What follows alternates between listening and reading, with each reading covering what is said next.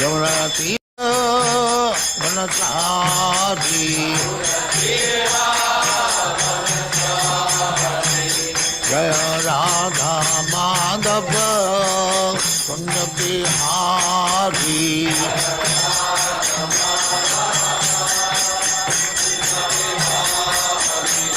Jaya Radha Madhava Kunda Bihari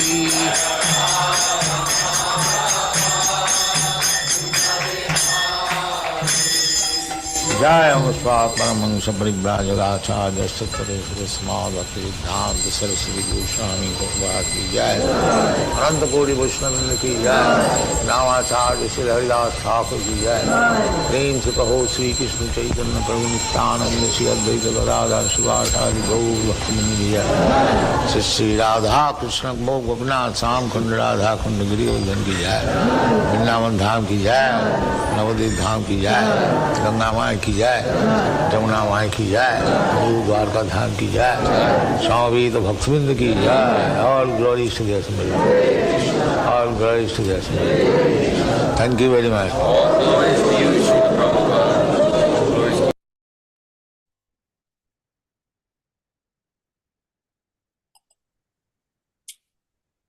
Hare Krishna, dear devotees, please accept our humble obeisances. All glories to Jagat Guru Sri Prabhupada. All glories to our revered speaker for today, His Grace, SRIVAS VANACARI, and all glories to the assembled Vaishnavi devotees. Devotees, we thank you all for being here. Today is the first day of July, excuse me, and it is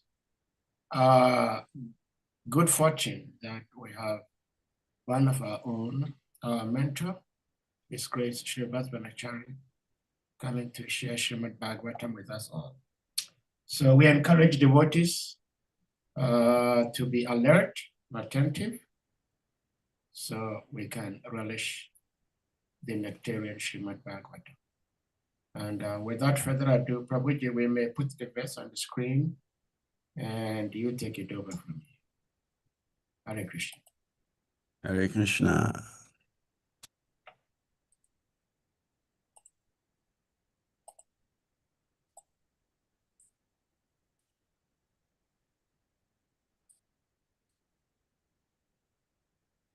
Narayana namaskritya narachaiva narottamam devim sarasvatim vyasam tato jayamudirayat nashtapraya svabhadresu nityam bhagavatam sevaya bhagavati uttamasloke bhakti bhavati naistiki Om namo bhagavate vasudevaya Om namo bhagavate vasudevaya Om Namo Bhagavate Vasudevaya. So today we are reading from the Srimad Bhagavatam, Canto 3, Chapter 9, Prayers on Lord Brahma. And we are treating texts 40 and 41. I will just read through 40. And then we go through the 41 together. The 40 says, Ya ete napumam nityam stutva strutrinamam bhajet tasyasu samprasideyam sarvakarma vareshwaraha. Translation: Any human being who prays like Brahma and who thus worships me shall very soon be blessed with the fulfillment of his desires. For I am the Lord of all benediction. There is a short purport which says, the prayers offered by Brahma cannot be chanted by anyone who desires to fulfill his own sense gratification. Such prayers can be selected only by a person who wants to satisfy the Lord in his service. The Lord certainly fulfills all desires in regard to transcendental loving service, but he cannot fulfill the whims of non-devotees, even when such casual devotees offer him the best of prayers. We go to text 41.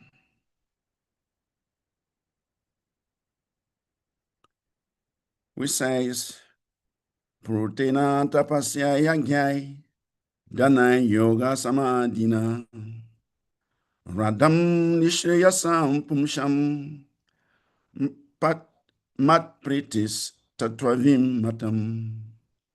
Prutena tapasya yagyai, danai yoga samadhina, radam nishreyasam pumsham, mat pritis tatvavim matam.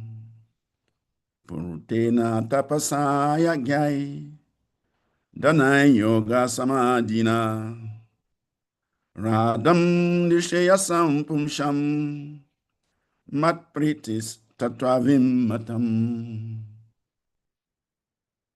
Word for word translation. Purutena, by traditional good work. Tapasa, by penances. Yagyai, by sacrifices. Danai, by charities. Yoga, by mysticism. Samadhina, by trance. Radam, success. Nishreyasam, ultimately beneficial. Pumsham, of the human being. Mat, of me. Pritihi, satisfaction. Tatravit, expert transcendentalists. Matam, opinion. Translation and purport. Translation. It is the opinion of expert transcendentalists that the ultimate goal of performing all traditional good works, penances, sacrifices, charities, mystic activities, trances, etc., is to invoke my satisfaction. Srila Prabhupada's purport. There are many traditionally pious activities in human society, such as altruism, philanthropy, nationalism, internationalism, charity, sacrifice, penance, and even meditation and trance.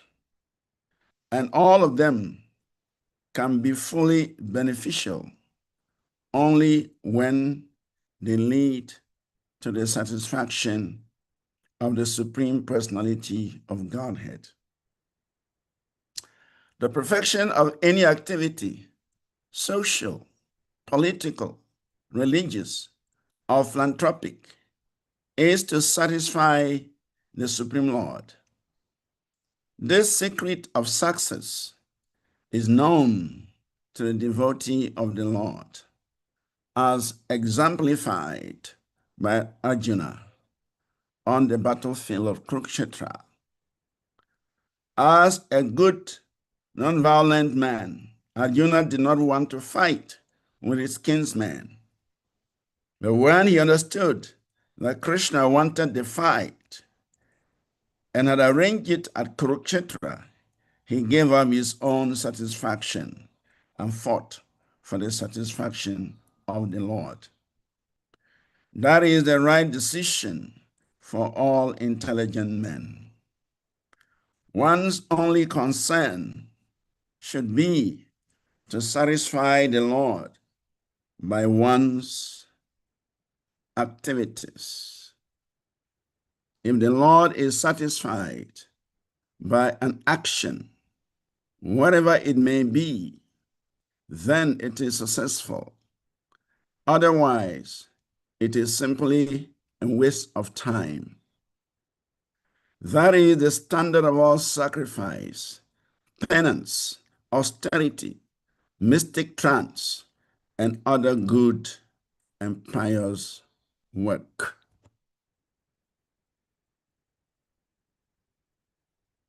Amagyana Tamaridasya Gyanan Janasana Kaya Chakshuramalitam Yena Tasmai Sri Gurave Namaha Sri Chaitanya Manobistam Stapitam Yena Bhutale Swayam Rupa Kadamahyam Dadati Swapadantikam Vandeham Sri Guru Sri Yukta Padakamalam Sri Gurum Vaishnavamscha Sri Rupam Sagrajatam Sahagana Ragunastam Vitam Tam Sanjivam Sadvaitam Savadutam Parijana Sahitam Krishna Chaitanya Devam Sri Radha Krishna Padam Sahagana Lalita Shri Vishakam Vitamscha Nama Om Vishnu Padaya Krishna Prishtaya Bhutale Srimati Bhakti Vedanta Swami Iti Namini Namaste Saraswati Devi Gauravani Pracharini Nirvesai Sasunyavadi Pasachade Satarini Vanchakalpatarubhyascha Kripa Sindhubhya Ivacha Patitanam Pavanebhyo Vaishnavebhyo Namo Namaha Namo Mahavadanyaya Krishna Prema Pradayate Krishnaya Krishna Chaitanya Namini Gauratize Namaha Nityanando Vatutendo Vasuda Pranavalabha Janavir Jivita Patira Krishna Prema Prabhu Padmavati Sutta Srimam Sachirananda Purvaja Bhavum Mata Jagatrakta Rakta Gora Kelevaraha Advetam Harinadveta Racharyam Bhakti Shamshanat Bhaktamataram Itam Sham Advaita Acharya Sraye Panchatamakam Krishnam Bhakta Rupa Sarupakam Bhaktavataram Bhaktakyam Namami Bhakti Shaktikam Krishnaya Vasudevaya Devaki Nandanaya Cha Nanda Gopa Kumaraya Govindaya Namo Namaha Nama Pankajanabaya Nama Pankajamaline Nama Pankajanetraya Namaste Pankajagraye Namo Brahmanya Devaya Go Brahmana Hitaya Cha Jagadhitaya Krishnaya Govindaya Namo Namaha He Krishna Karuna Sindhu Dinabandho Jagatpate Gopesha Gopita Kanta Radha Kanta Namostute Jayatam Srato Panghor Mama Madhir Gatima Sarvaswa Padambu Radha Mandana Mohano Divyadvindaranya Kalpadrumada Srimat Ranadghara Simhastanastau Srila Govinda Devo Prishyalibhisevya Manusmarami Shrimam Rasa Rasarambi Vamsivata Tatastita Karsan Venuswanai Gopi Gopinata Sriyestunaha Tapta Kanchana Gaurangi Radhe Bindavanishwari Vrishabhanusute Devi Pranamami Hari Priye Devi Krishnamai Proktaradika Paradevata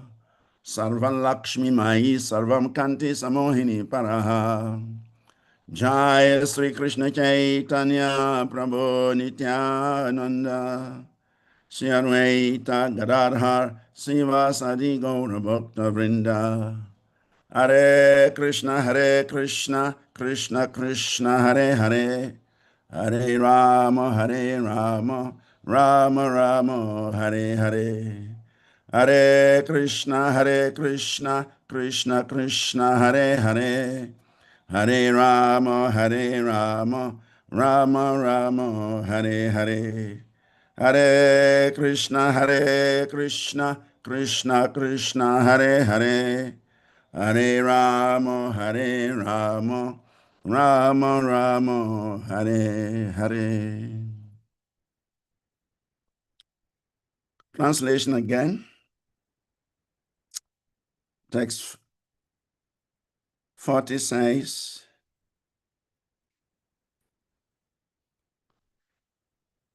any human being who prays like Brahma and who thus worships me shall very soon be blessed with the fulfillment of all his desires. For I am the Lord of all benedictions. And 41 says, it is the opinion of expert transcendentalists that the ultimate goal of performing all traditional good works, penances, sacrifices, charities, mystic activities, trances, etc., is to invoke my satisfaction. Namo Om Vishnu Padaya Krishna Prishnaya Bhutale Srimati Bhakti Tirtha Swami Iti Namani. Namaste Krishna Padaya Prabhupada Ashri Tatmani Shri Gaura Karuna Shakti Bhakti Tirtha Iti Namani.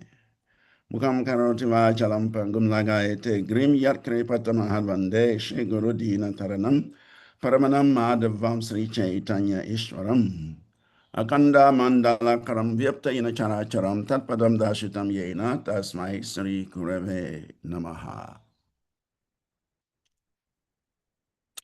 So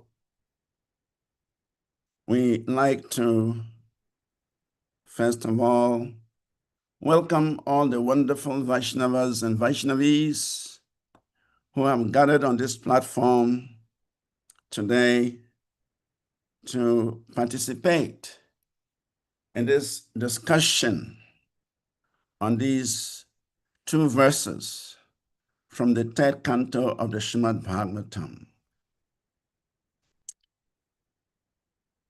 And before we proceed, we seek the blessings of all the assembled Vaishnavis and Vaishnavas so that by their blessing, we may be able to represent Srila Vyasadeva, the author of Srimad Bhagavatam.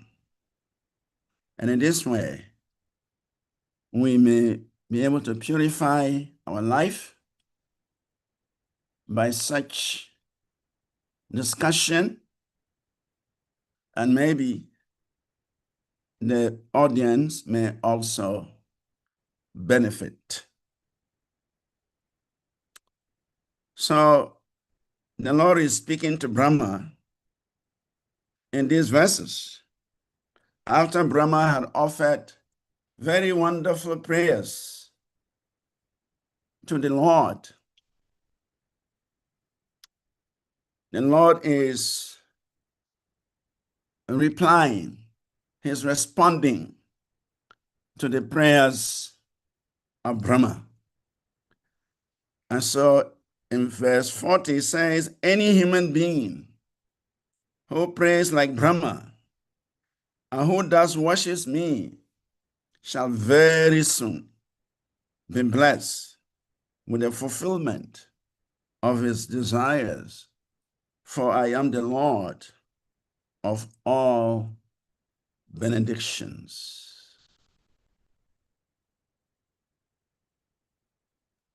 In other words, the Lord is revealing here that the caliber of prayers that Brahma had just offered were very standard. The caliber of prayers Brahma offered to the Lord were acceptable by the Lord. They were satisfying to the Lord. They were relishable by the Lord. And therefore, Brahma's desire for creation would be fulfilled.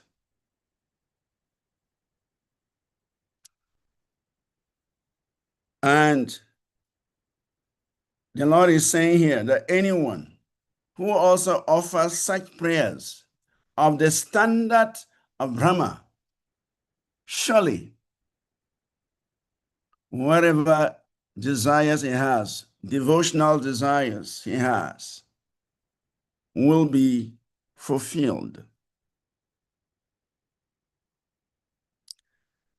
And in the purport, Srila Prabhupada distinguished between prayers offered by pure devotees and prayers offered by non-devotees.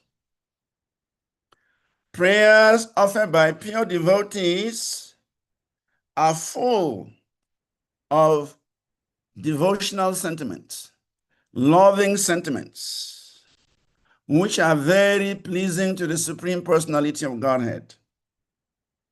While that of prayers offered by non-devotees are full of lusty desires for sense gratification, and such prayers, the Lord ignores them. They do not move the Lord. So Prabhupada says, the Lord certainly fulfills all desires in regard to transcendental loving service set by devotees, but he cannot fulfill the whims of non-devotees, even when such casual devotees offer him the best of prayers. So from this analysis, we can understand that there are different categories of prayers. In fact, Srila Bhaktivinoda Thakur has mentioned 10 types of prayers in his writings. And in the Pratana of Narottam Das Thakur, he has also enumerated these 10 kinds of prayers that are said by devotees. We can have a look at them. The first type of prayer is called Sampratanatmika. Sampratanatmika. It means words of prayers that are directed to the Lord. Words of prayers that glorify the Lord. Prayers of the devotees that exalt the wonderful qualities of the Supreme Personality of Godhead. Such prayers are described as Sampraratatmika. They directly glorify the Lord, and they are very satisfying to the Lord. So we can see that Brahma's prayers, they belong to this category of Sampratanatmika, Vandana. Vandana means prayer. There is also Swadanya Bodhika. Swadanya Bodhika means words informing the Lord of one's own humility. Just like the prayers of Sanatana Goswami and Rupa Goswami. When Sanatana Goswami and Rupa Goswami, they met Sri Chaitanya in Ramkeli, they ran at a distance, they fetched some bunches of grass and they put it between their teeth, and they were offering obeisances to Lord Chaitanya at a distance. And when the Lord tries to approach them, they will run farther and farther away and pay obeisances at a distance. And all their prayer was describing their humility. Similarly, when Rupa Goswami and his junior brother, what is his name? The father of Jiva Goswami. What's the name of the father of Jiva Goswami? Anybody can help me?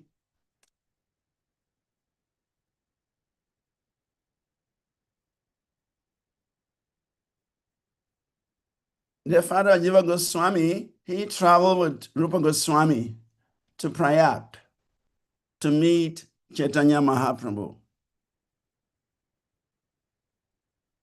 And when they got to Prayag, they met Raghunath, what is it? Raghupati Upadhyaya. Raghupati I just checked this. The father's name is Vallabha or Anupama. Anupama, that's the name. Yeah, he's either Vallabha, but Anupama is the common name. Anupama. Common name. Yeah, Anupama. That's a common name. Anupama. Anupama followed Rupa to meet Chaitanya Mahaprabhu. And so they met Mahaprabhu in Prayag. They repeated the same activity. They fetched grass and put it in between their teeth. And they went at a distance. They were paying obeisance at a distance. And they were informing Lord Chaitanya of their fallen condition.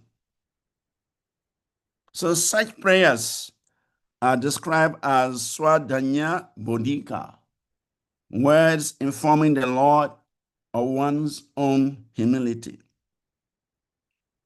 Then there is Manasiksha. Manasiksha means instructions to one's own mind. Raghunath Das Goswami has written a book called Manakshisha. And in that book, Raghunath Das Goswami is instructing his mind. That book is very educative. How to deal with the mind. The mind is a personality. It's a separate personality that dictates everything we do. So one has to instruct the mind. One has to preach to the mind. One has to cultivate the mind. This is very essential in Krishna consciousness. If you do not cultivate your mind, if you do not tame your mind, if you do not instruct your mind, the mind may carry you away from the process of Krishna consciousness. So therefore, Srila Raghunath Das Goswami, he offered us that book, Manastiksha, Instructions to the Mind. So that book is an example of this type of prayer, Manastiksha. Then we have Vilat Patmika. Vilat Patmika are prayers of lamentation. Like Srinivasa Acharya. When Srinivasa Acharya arrived in Puri, Mahaprabhu had disappeared just a few days before Srinivasa Acharya arrived in Puri. And he was lamenting like anything. Then he decided to go and see Lord Nityananda. Those days, there was no means of transport. You had to walk sometimes for years, months and years, from one end to the other end. By the time he got to Lord Nityananda's place of preaching, Lord Nityananda had disappeared. So he was lamenting like anything.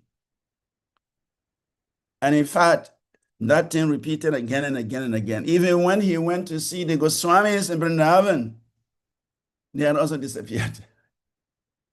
So he was full of lamentation. All his songs, all his writings during that period were all Vilapatmika, prayers of lamentation.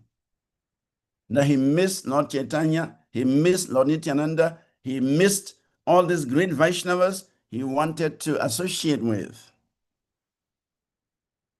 Then we have Vaishnav Mahima Prakashika. Vaishnav Mahima means the glories of the devotees. When one makes statements revealing the glories of the Lord's devotees, when one makes statements glorifying the devotees, it is also a prayer. And the Lord is very satisfied with such prayer.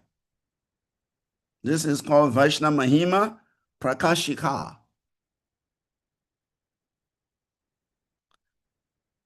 Sri Guru Vaishnave Vigyapti Rupa. Supplications made to one spiritual master, prayers made to one spiritual master, or to the devotees of the Lord. When we offer prayers to the devotees of the Lord for their mercy, for their support, that is called Sri Guru Vaishnave Vigyapti Rupa. Then there is Sri Dhamma Vase Lishat Mikha. Sri Dhamma Vase means to live in the holy Dham, the desire to live in the holy Dham. So statements revealing the desire to live in the holy place of the Lord's pastimes are described as Sri Dhamma Vase Lipsat Mikha. Then there is Sadaka Deha Lalasha Shuchika. Sadaka Dehe Lalasha Suchika. Prayers revealing desires to execute regularly of a practicing devotee. When we offer prayers revealing our desire to execute regulated devotional service, sadhana bhakti, in the body of a devotee, this is described as sadaka dehe lalasa shuchika. Then we have siddhar dehe lala shamayi. Shraddha dehe lala shamayi means that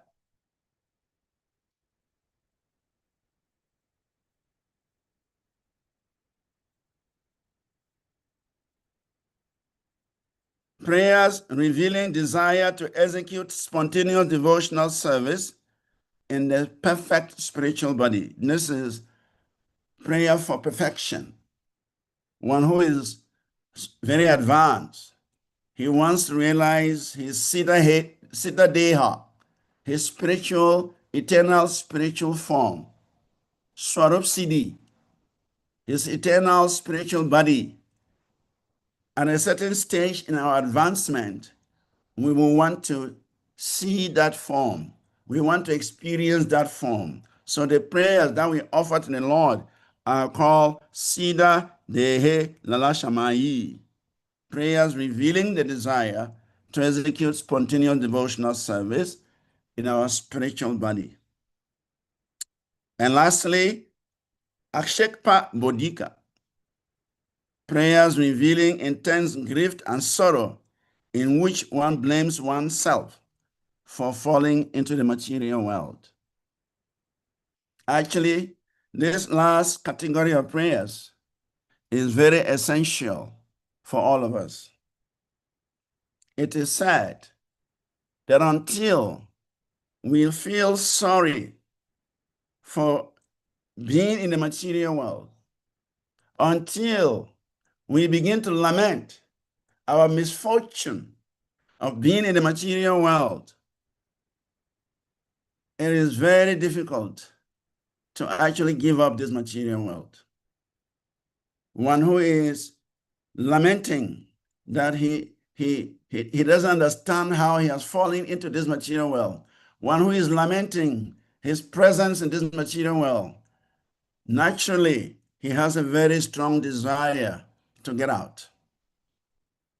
And only such persons, they can develop strong attachment to the Supreme Personality of Godhead. And by such strong attachment, one can easily escape the tricks of Maya. So here Krishna is telling the devotees in general that anyone who prays like Brahma, anyone who prays like Brahma certainly will have his spiritual desires fulfilled. So it means we have to know what prayers we have to say and what prayers we should not say. We have to follow the example of the acharyas like Brahma, acharyas like Bhaktivinoda Thakur, acharyas like Rupa Goswami, Anupama, Sanatana Goswami, Raghunadas Goswami, and many other very exalted Vaishnavas. They have offered all these categories of prayers in their songs, in their writings, in their speeches, and we can take some of these prayers and make them our own. We can recite them every blessed day, asking the Lord to bless us with his mercy, as the Lord has blessed Brahma after hearing his wonderful prayers. So,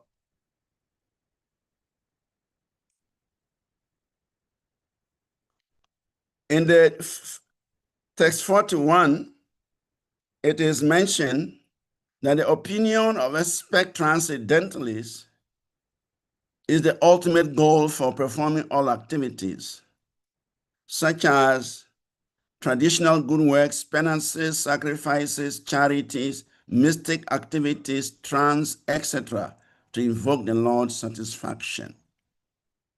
In other words, the goal of all activity is to elicit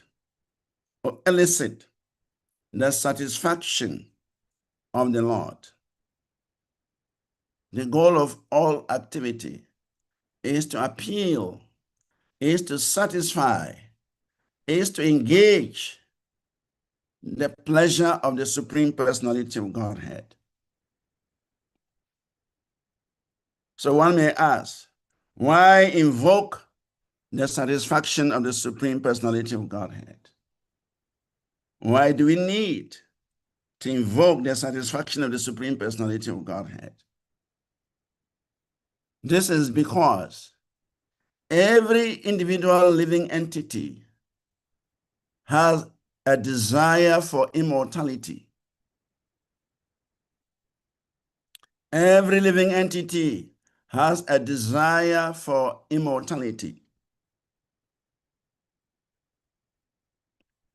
Therefore, Srimad Bhagavatam tells us, Tasya iva heto prayete ta kovido na labhyate yat brahmatam opari adaha.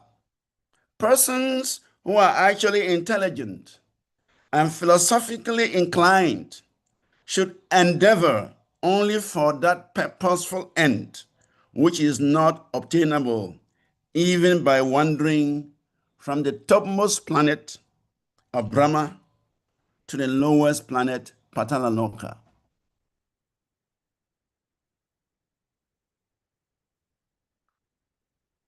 That purpose, that happiness, that goal, that is beyond the topmost planet, beyond the lowest planet, beyond all planets in this universe. That is a goal. Those who are philosophically inclined, that is what they endeavor for. And that is And that is the desire, the inherent desire of all living entities. They want to attain immortality. Srila Prabhupada gave an example. Once in Mayapur, a snake was found in Prabhupada's room, and everybody was scared entering the room. In the early days, when they were just starting the first buildings, the whole place was surrounded by rice farms, and snakes were common. So everybody was running helter-skelter because of a snake. And Prabhupada said, you see, because the soul wants to live forever. That is the intrinsic nature of the soul. It is the inherent desire of the soul to live forever. So anything that threatens that life, that eternal life, the soul doesn't like it. Unfortunately, we are in the material body, and the material body has to come to an end. So Prabhupada said that for the soul, the fangs of a snake cannot kill the soul.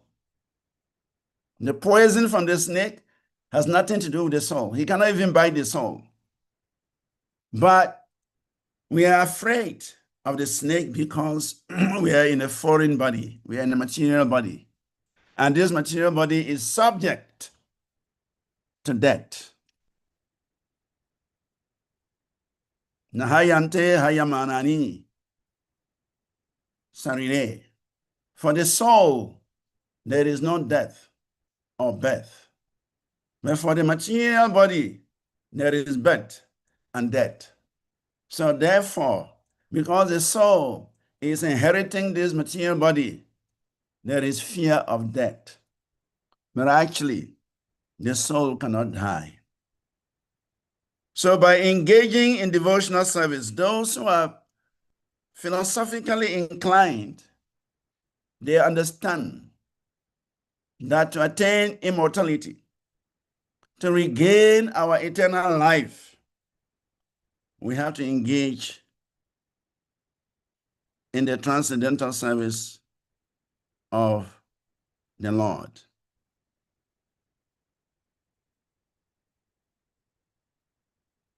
So those who are philosophically inclined must not be tempted by such changeable positions.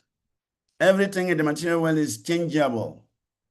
Today, we are in a very high position. Tomorrow, we may lose that position. Today, we are young. Tomorrow, time will take away our youth and give us old age. Today, we appear so beautiful because we are young. Tomorrow, the ravages of time will give us wrinkles on our faces, on our bodies, and we'll lose the beauty that we enjoyed when we were young. So everything in this material world is changeable. Nothing is permanent. So therefore, those who are philosophically inclined must not be tempted by such changeable positions. One should try to get into the permanent life of eternality, permanent life of spiritual bliss, permanent life of constant happiness.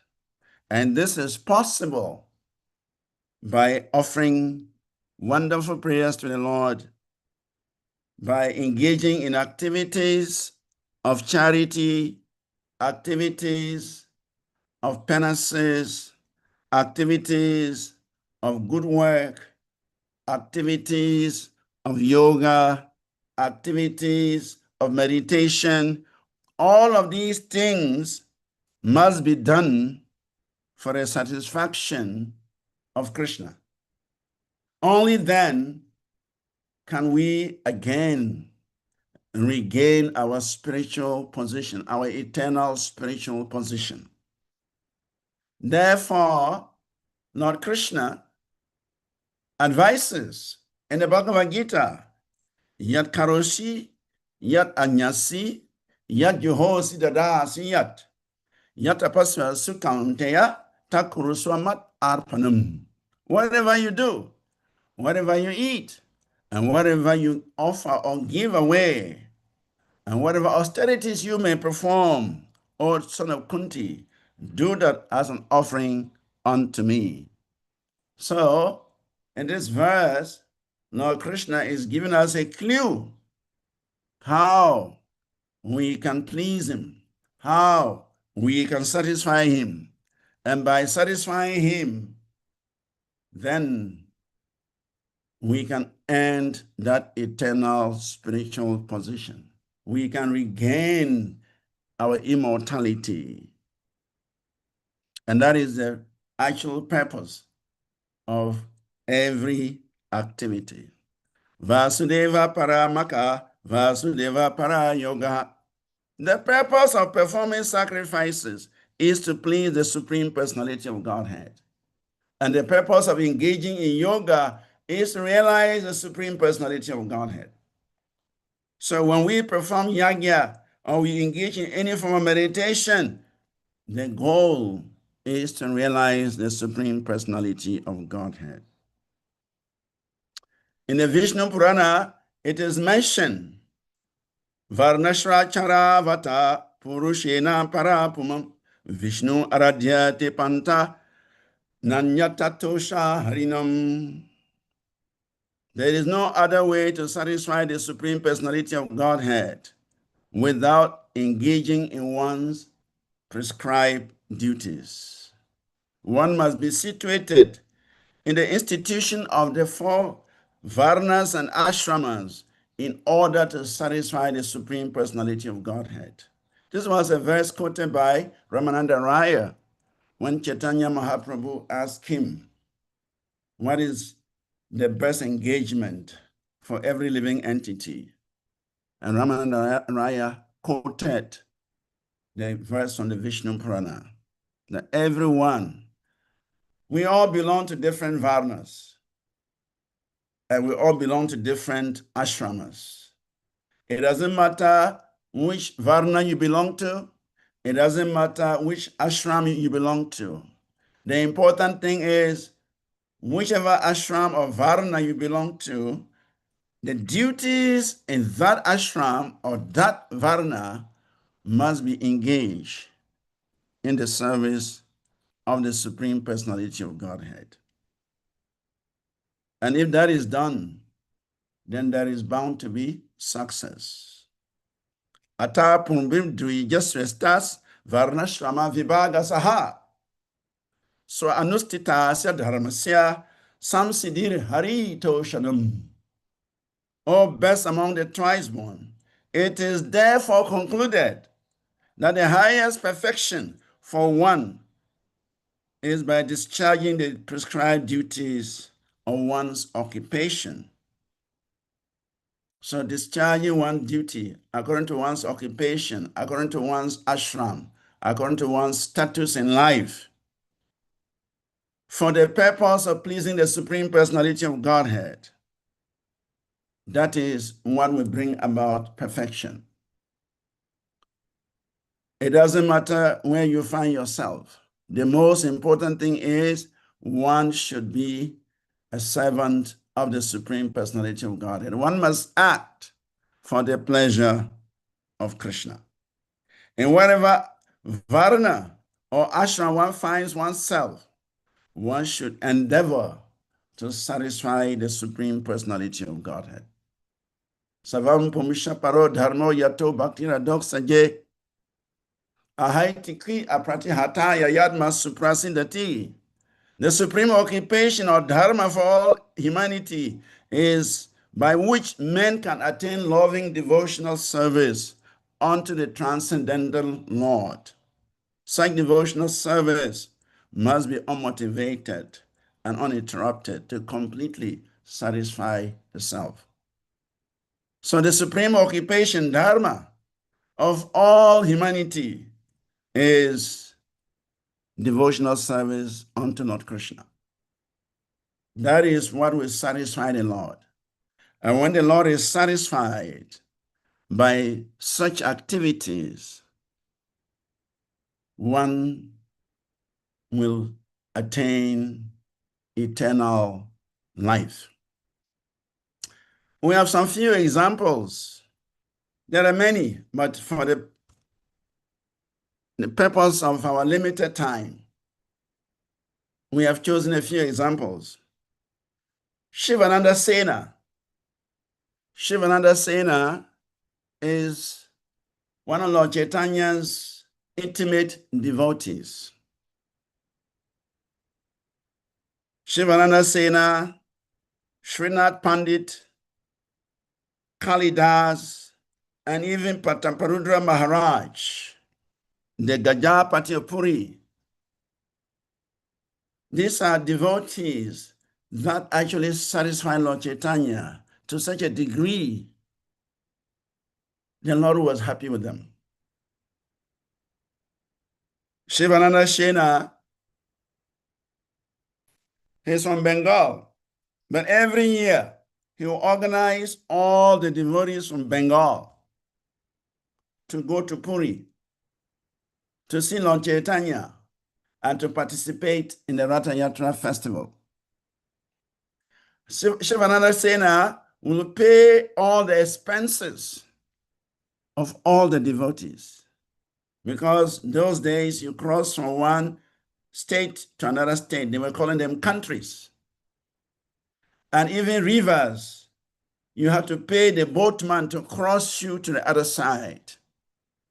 So they had to pay taxes from one place to another. And Shivananda Sena, he took charge of those expenses. And he was doing it every year.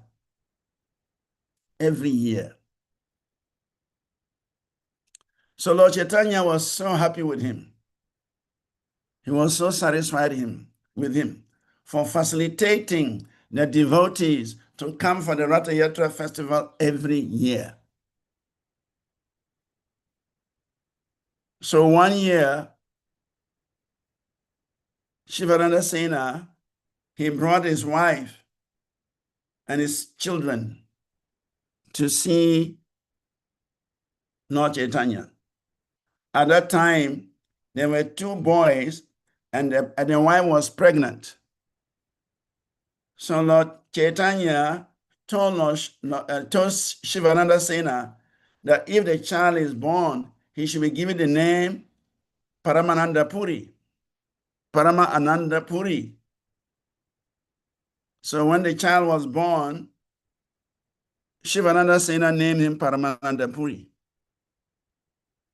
So the following year, when they were coming, Shivananda Sena brought all his 3 children plus the wife to see Lord Chaitanya.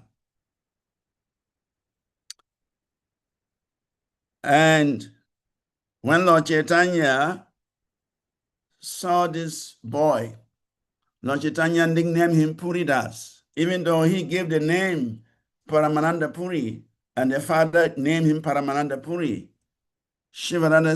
When Shivananda Sena brought his son before Lord Chaitanya nicknamed him Puridas. And Lord Chaitanya asked Puridas to chant the holy names of Krishna. He would not chant. He kept quiet.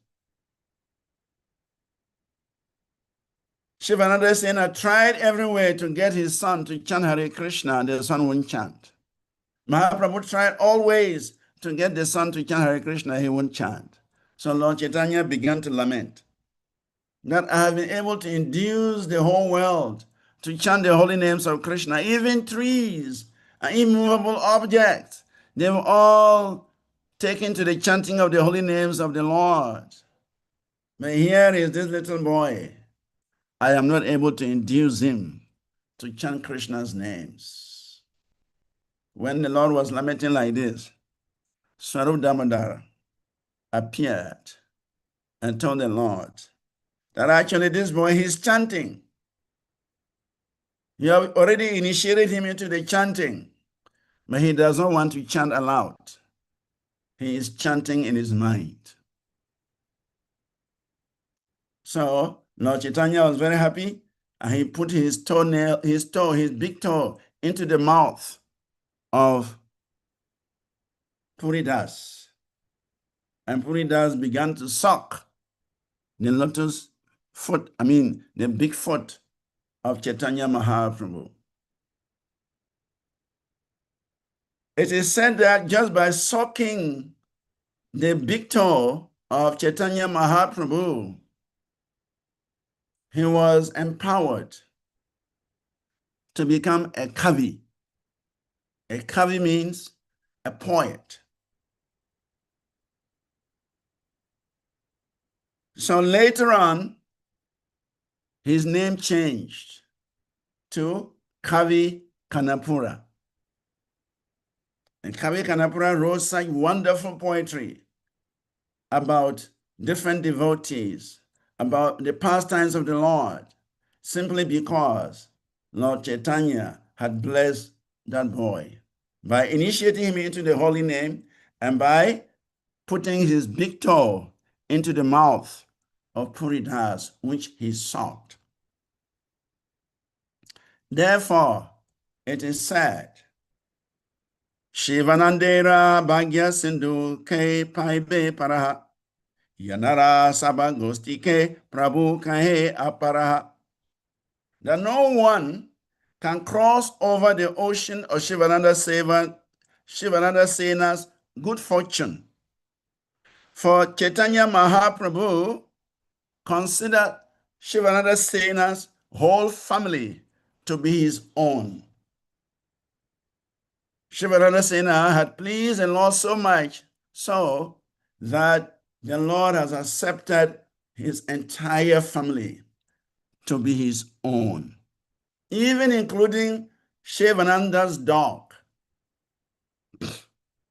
It is described in the Chaitanya Bhagavat that one time when they were traveling to Puri, Shivananda Sena was caught up in paying the taxes, in making arrangement for accommodation and food for the devotees all day, that he had no attention for anything else except that. And then there's a dog that used to go with Shivananda Sena every year to Puri. And Shivananda Sena will pay his boat fare. He will pay taxes for the dog to go to Puri. So by this year, when he was so absorbed in taking care of all the devotees, their taxes, their accommodation, their food, the other devotees, they neglected the dog. They did not give him any food. They were getting closer to Puri. And because the dog has been going to Puri with them every year, he knows the road to Puri. So when they did not give food to the dog became disappointed and left the party behind. And the dog went by itself to Puri. When the devotees arrived in Puri the next day, and they went to greet Chaitanya Mahaprabhu, this dog was sitting in front of Mahaprabhu eating coconut pulps.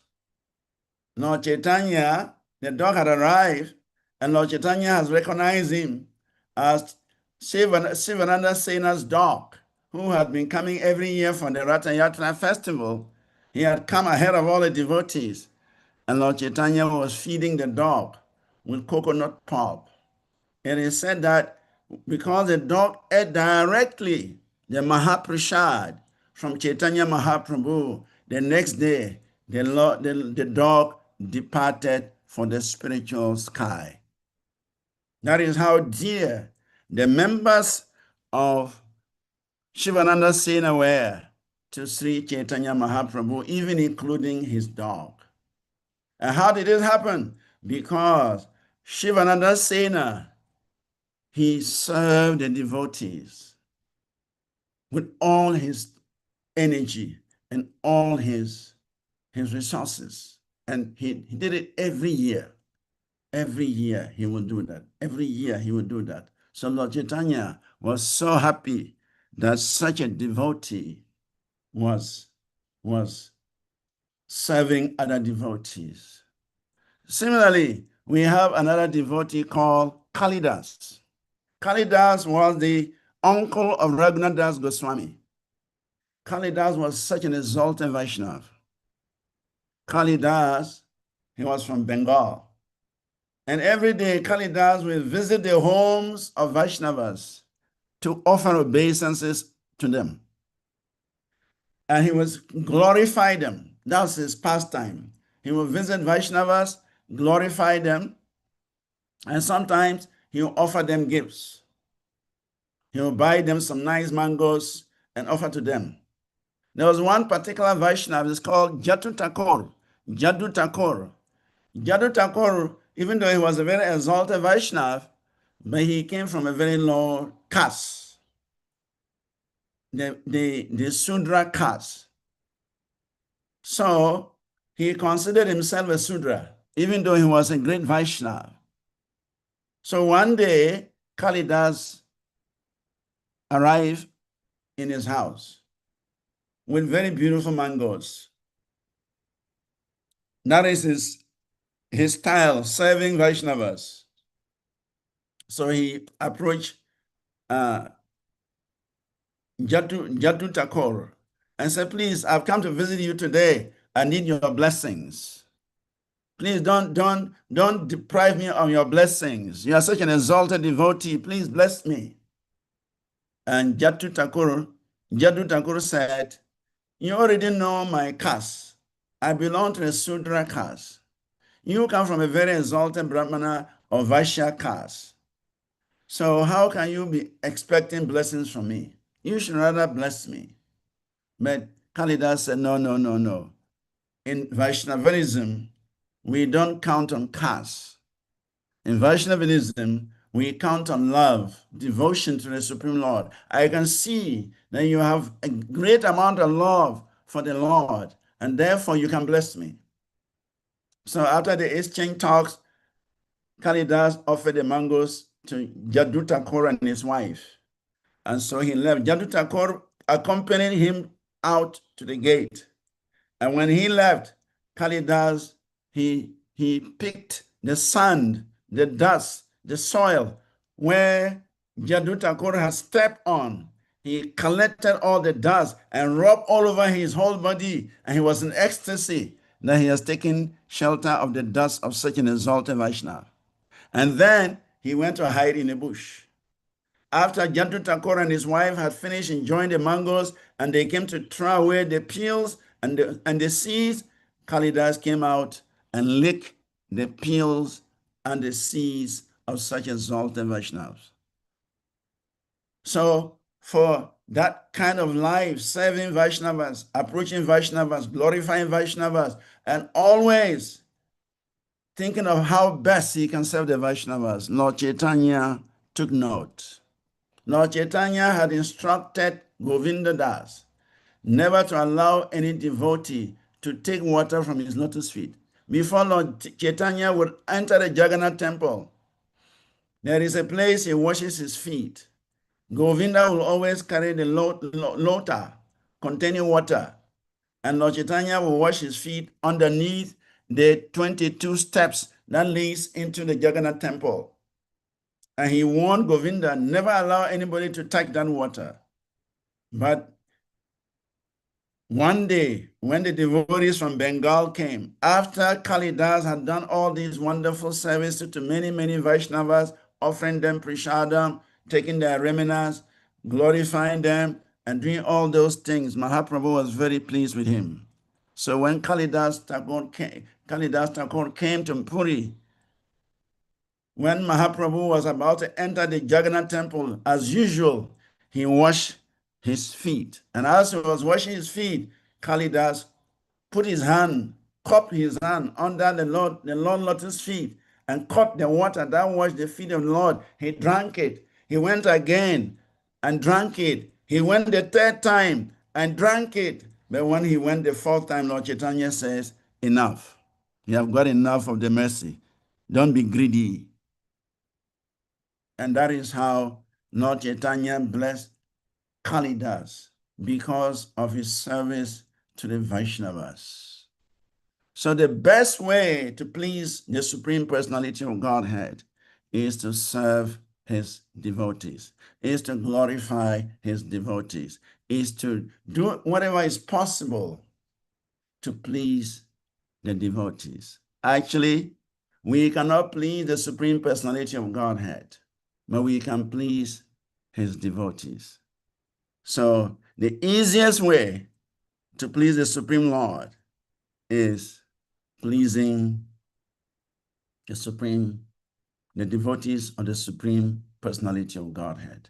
And we are able to do that, then the Lord will become satisfied and the Lord will bless us unlimitedly, as he has done for Shivananda Sena and his family, as he has done with Kalidas and many more devotees, that the Lord was satisfied with their services and he blessed all of them. So that is that should be our goal, how to please the Supreme Personality of Godhead. And the easiest way to please the Supreme Personality of Godhead is to serve his devotees. Actually, Krishna says that my devotees are so dear to me. They're even dearer to me than my own life. Lord Krishna is telling Balaram that even you, Balaram, you're not as dear to me as my devotees. Even my own body is not as dear to me as my own devotees. So when we do service to the devotees, when we assist the devotees, that is the great tapasya, that is the great austerity, that is the great charity, that is the great meditation. Anything we do for the devotees, that will bring us closer and closer to the Lord. And that is considered the best prayer.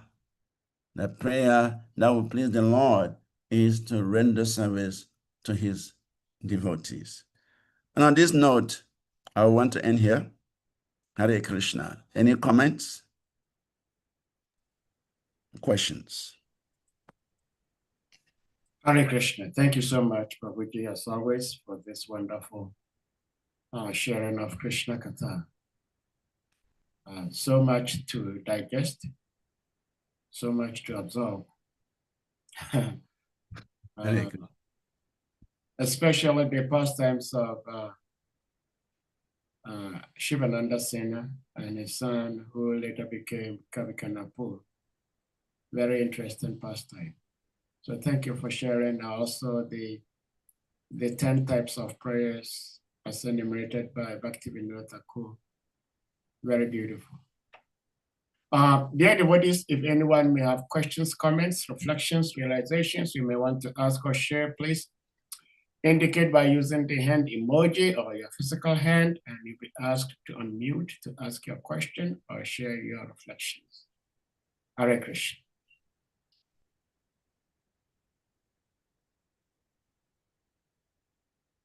Well, Prabhuji, if I may put this verse on the screen.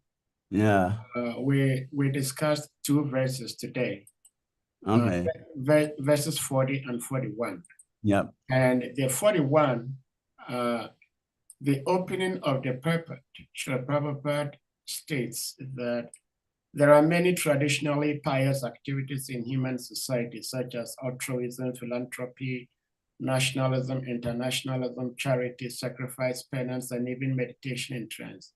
And all of them can be fully beneficial only when they lead to the satisfaction of the Supreme Personality of Godhead. In other words, I am thinking Krishna is not condemning altruism, philanthropy, nationalism, charity, all these things, but they should lead to the satisfaction of the Supreme Personality of Godhead. And I'm wondering, how does one involve himself or herself into any of these activities that will lead to the satisfaction of the Lord? How does performing any of these activities lead to the satisfaction of the Lord? If you may help. Yeah, thank you. Thank you. It's a very important question. Altruism, philanthropy, charity, nationalism, internationalism, as Prabhupada has mentioned, let's see, I have here.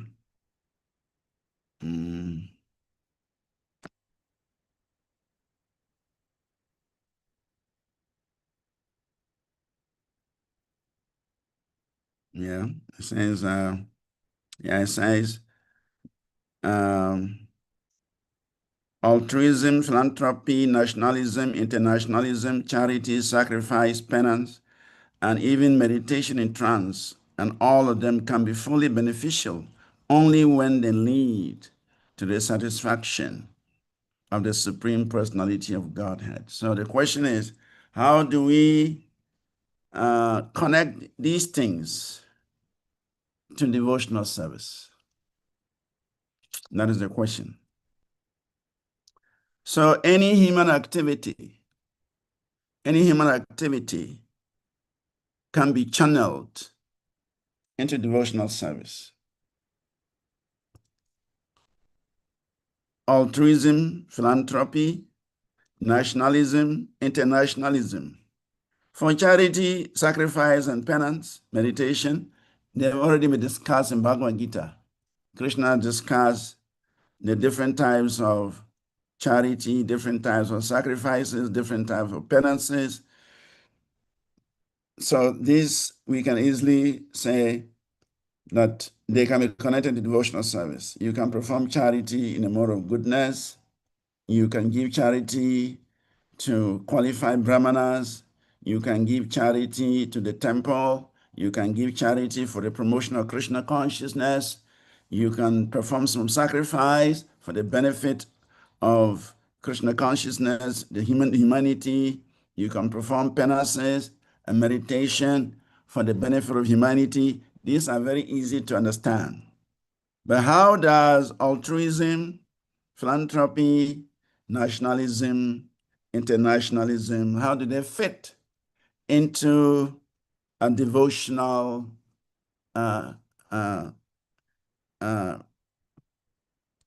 career or devotional activity, devotional life for the pleasure of the Supreme Personality of Godhead? So, if we look at Mahabharata, we can see that there are traces of these things in the Mahabharata. Mahabharata talks about politics. And as soon as you talk of politics, there is nationalism, there is internationalism. Philanthropy, actually, Arjuna wanted to be philanthropic. That was his mood. But when he realized that Krishna wanted a battle, he had to give up that his mood of philanthropy and fight. Yet, any activity that promotes philanthropy or any activity that promotes altruism can also be connected to Krishna consciousness. In other words, we can figure out how we can introduce Krishna consciousness even in our philanthropic activities. For instance, philanthropy means helping humanity, doing good to humanity. So how do we do good to humanity? When we perform Harinam on the street, when we distribute prashadam, when we do such things, is also philanthropy. So if we perform philanthropy or philanthropic activities that are connected to devotional service, Krishna is satisfied.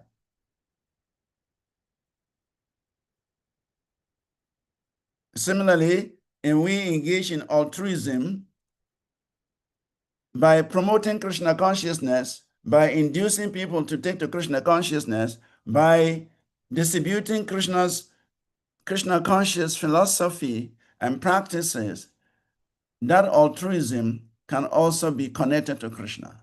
Any human activity, actually, any human activity can be connected to Krishna consciousness. The only thing we have to do is to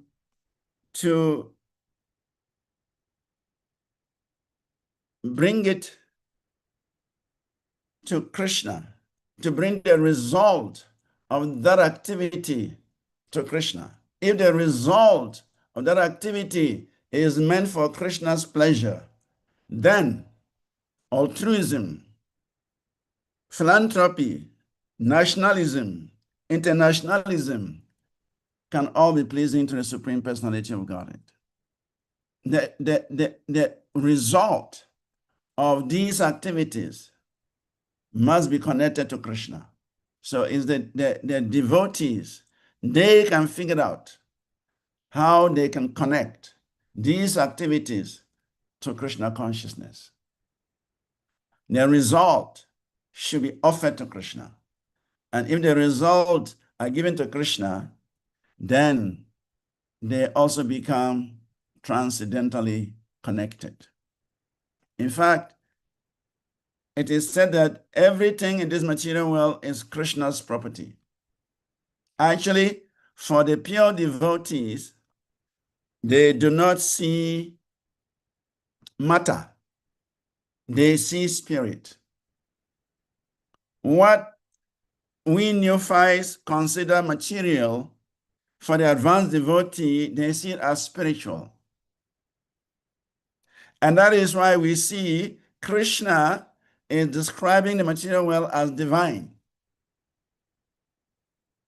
In the 7th chapter, verse 14, Daivihi isa gunamai. Daivi means divine. So even the material energy, all of these activities, they are divine because they are coming from Krishna. So if we know how to connect for the pleasure of Krishna, they can satisfy Krishna. So everything belongs to Krishna. Everything emanates from Krishna. We only have to learn the art of how to connect them back to Krishna, especially whatever results we get from these activities. If they are channeled back to Krishna, Krishna will become satisfied. I don't know whether I've tried to answer your question. Well, thank you, Prabhuji. Yes, I think you did. A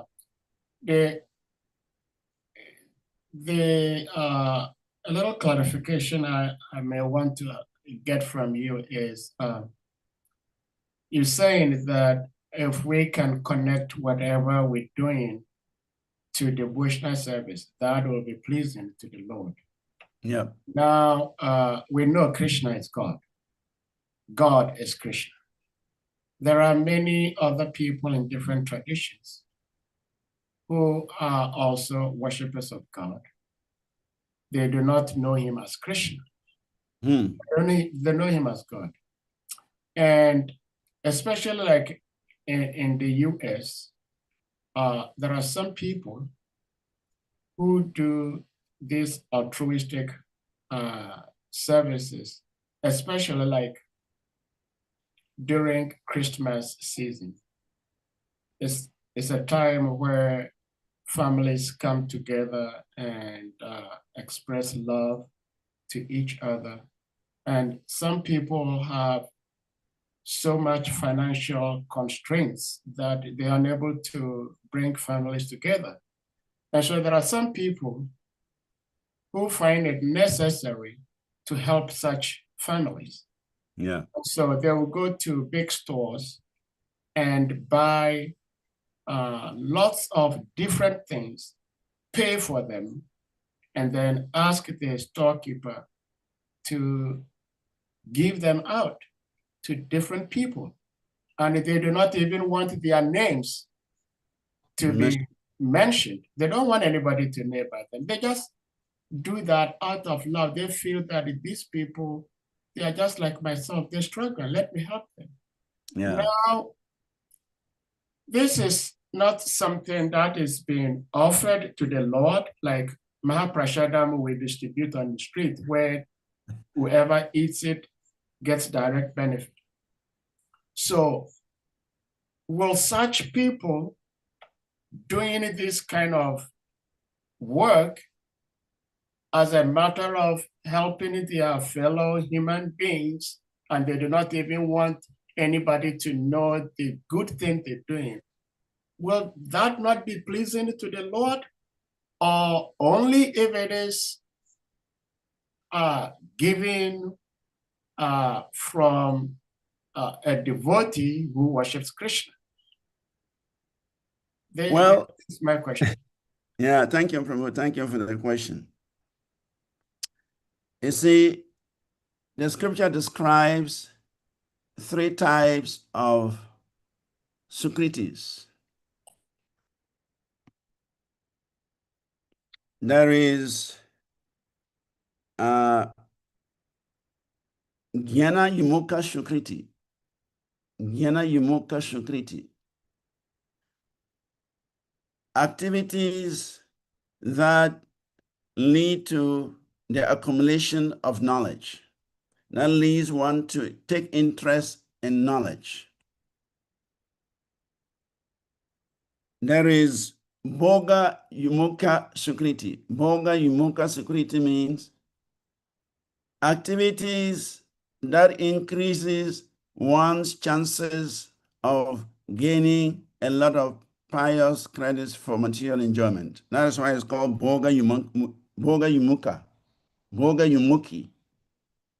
Bhoga Yumukhi is credit that increases one's opportunity to become wealthy, become opulent, become exalted, and enjoy material facilities. Then there is Bhakti Yumukhi Sukriti, activities that increases one's opportunity to come in touch with devotional service. So all these Sukritis, they graduate from the Bhoga Yumukha Sukriti. When one accumulates a lot of this Bhoga Yumukha Sukriti, he takes him to heaven. And when one exhausts his pious credits in heaven, he falls back into the material world. And sometimes one may take birth in a better situation on earth. Like Krishna is mentioning, the one who practices yoga for a long time, one who practices yoga for a short time. These are Sukritis that they have performed, they've gone to enjoy the result, and they fall back. So one who is performing this Bhoga Yumukhi Sukriti, he can increase his Sukriti to a point it will take him to heaven. But after exhausting his pleasures in heaven, he will come back to the material, he will come back to the lower earthly planets. One who is cultivating Jnana Yumukha Sukriti, he is increasing his desire to accumulate knowledge. And such a person will advance towards gaining knowledge and eventually engaging in devotional service. So it is said that the Bhoga Yumukhi Sukriti gives rise to Jnana Yumukha Sukriti. And Jnana Yumukha Sukriti gives rise to Bhakti Yumukha Sukriti. So it may take a long time, but by doing such Sukriti, by doing pious credits for the benefit of others, you gradually become promoted to the next level and to the next level and to the next level until you come to the platform of rendering devotional service to Krishna. So whatever activity people are performing, it will take them to the next stage and to the next stage and to the next stage. Actually, it is said that everyone is on the path of Krishna consciousness. That's why Krishna says, Ye yatamam prapadyante tam sataiva bhajamyaham. He said, everyone is on my path. Everyone is on my path. So whatever we are doing, it will take us to the next stage and to the next stage and to the next stage. The only difference is time. Time differentiates between those who are performing Bhoga Yumika Sukriti and those performing Jnana Yumika Sukriti and those who are finally at Bhakti Yumika Sukriti. That is the ultimate. When you are able to perform that Sukriti, that awakens Krishna consciousness, that connects you to Krishna consciousness, that is the best of the Sukritis. The others are just to bring you to the level of the best of Sukritis. So whatever charity we are doing, whatever support we are giving to others, it will eventually bring us, after a long time, it will bring us to the platform of Bhakti Yumika Sukriti. That would connect us to Krishna consciousness.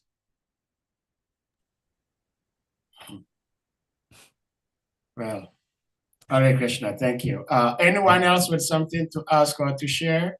Yeah, anybody can contribute. No issues. Yeah, Madhuma Prabhu, please, you may unmute.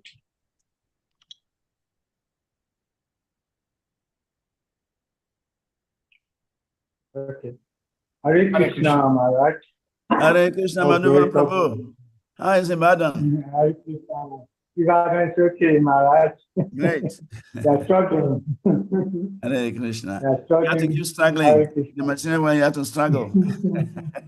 Thank you very much, Maharaj. Nice to hear you again. Thank you very much for giving us this opportunity once again.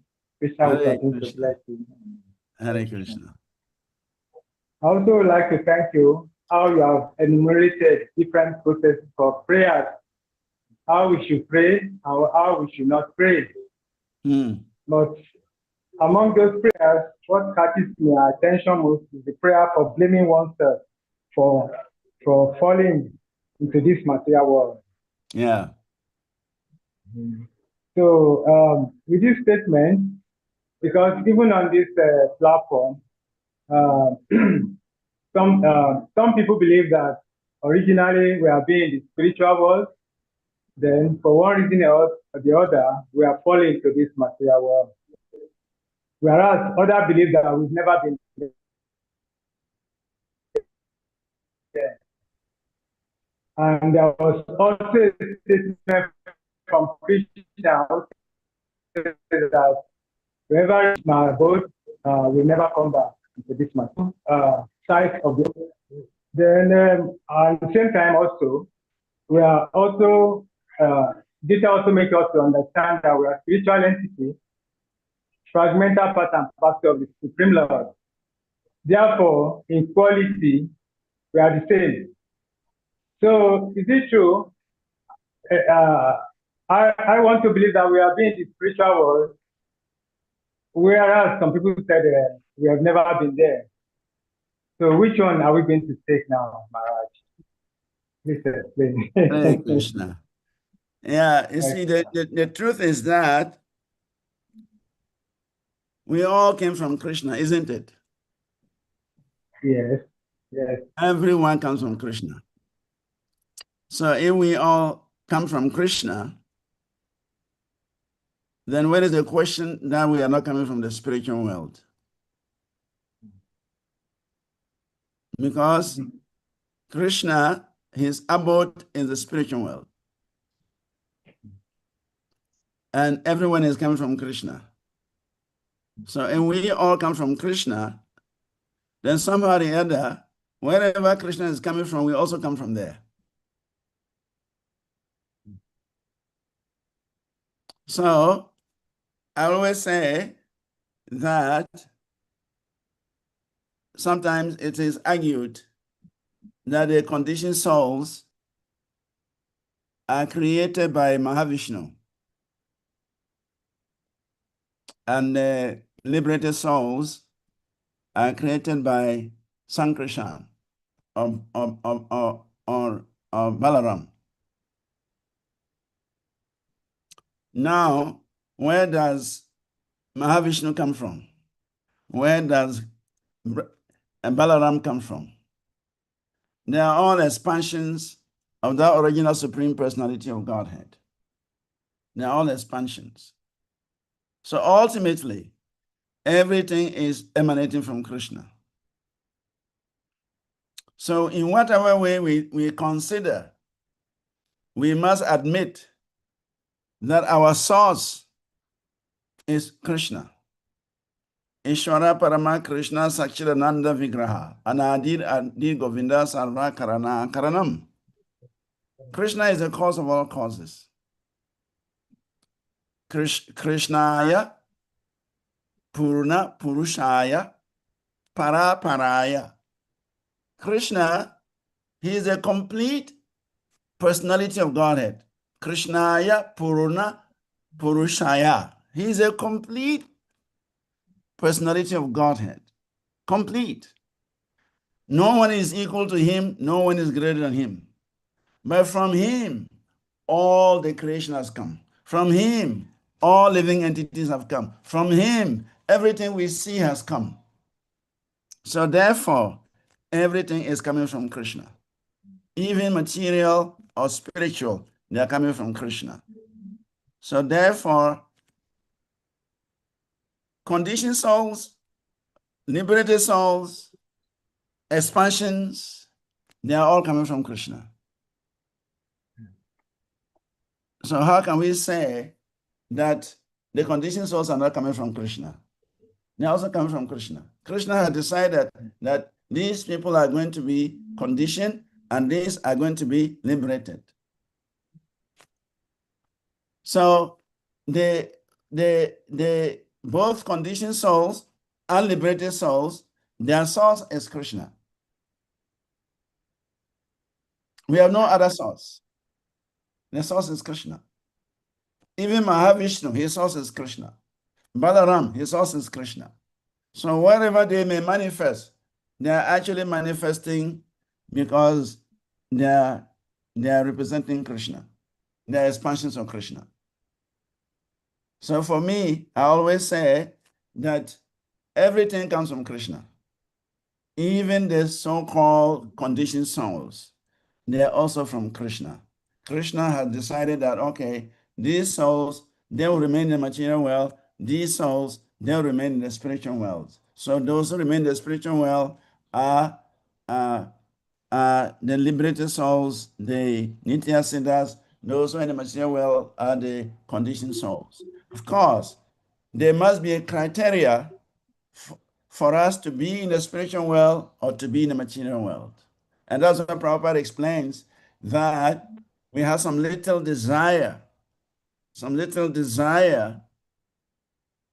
to enjoy like the Lord. And the Lord said, all right, I give you the chance to go into the material world. So that desire is not even a sinful desire. We are a desire to enjoy, to imitate the Lord. And the Lord said, all right, I'll give you an opportunity. So that desire of the living entity differentiates between the Nitya Siddhas and the Nitya Baddhas. Those who have the desire to enjoy separately, those who have the desire to imitate the Lord, those who have the desire to experience the position of the Lord, they are introduced into the material world. But those who want to continuously serve the Lord, they don't need to come to the material world. They remain in the spiritual world. And now that we have got the experience of this material world, how troublesome it is. When we go back to the spiritual world, we have got enough experience, and therefore we will never come back. That's why Krishna says, Yagatva Nivartante. When we go back to that spiritual world, we will never come back because we have gotten the experience of what it is in trying to imitate Krishna.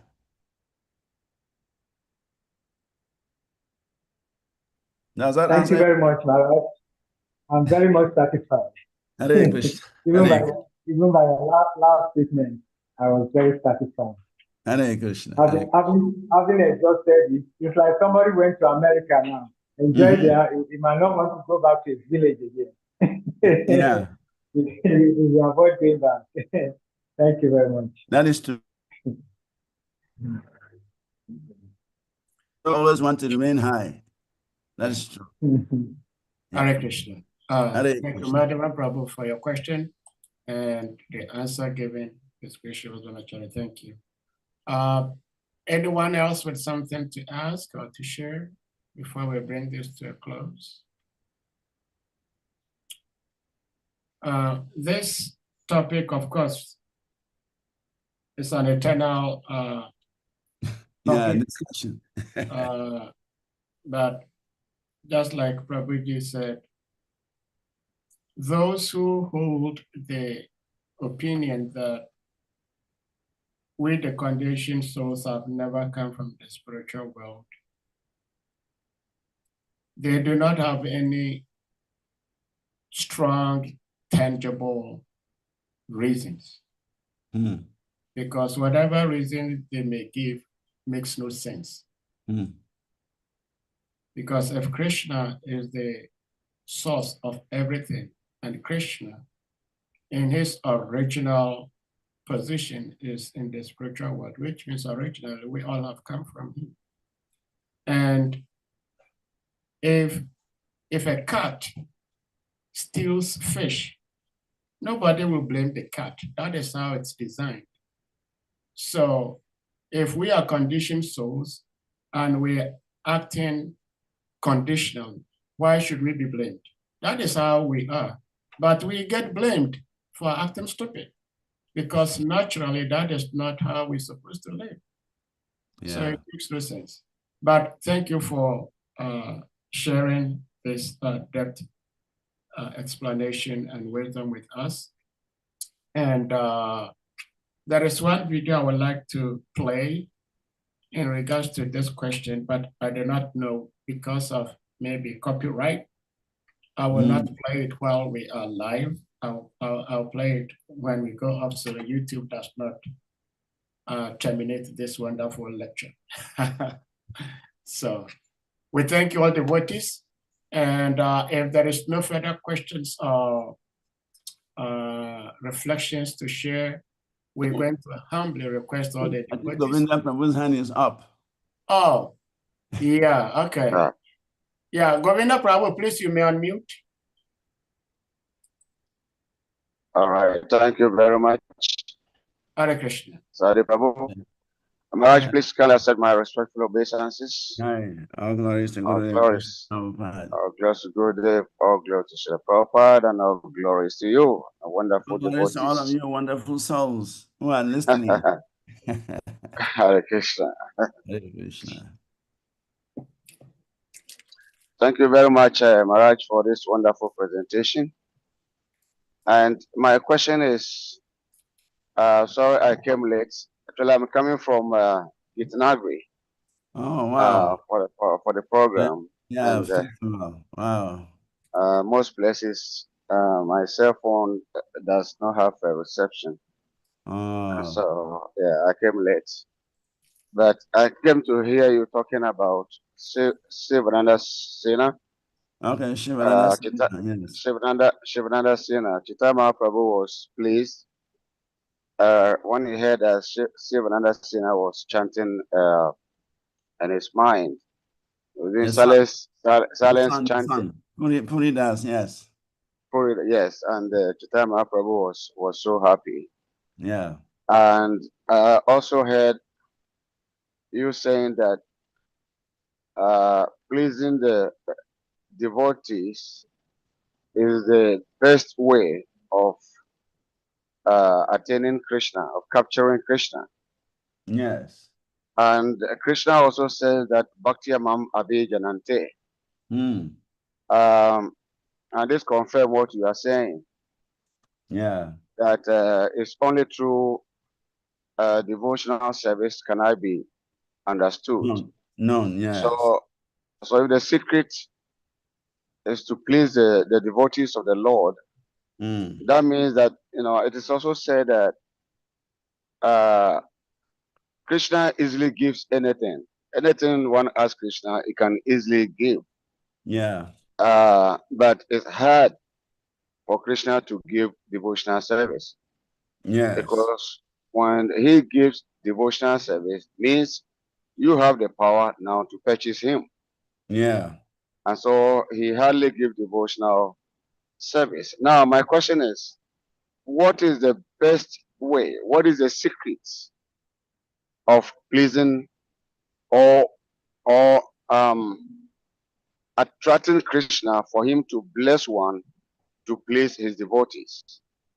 Because Krishna has to bless you or allow you to please his devotee, and that will give you that opportunity to attract him. So what is the secret of attracting Krishna's mercy that enables one to please his devotees?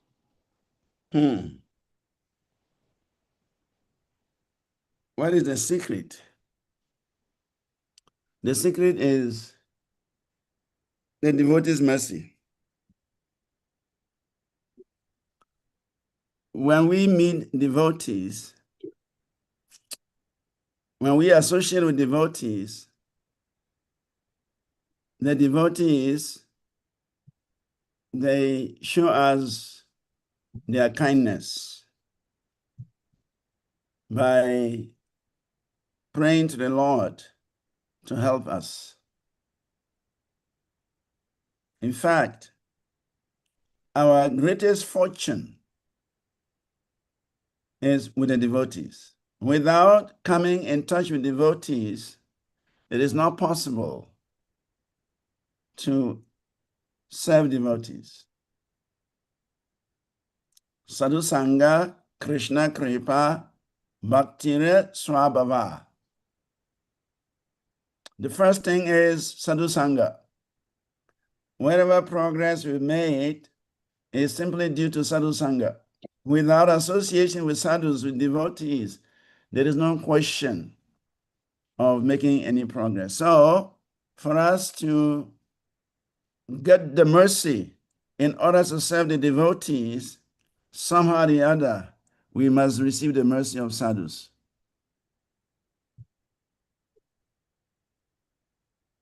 So, by meeting devotees, we are introduced to devotees and we are given the mercy how to serve the devotees.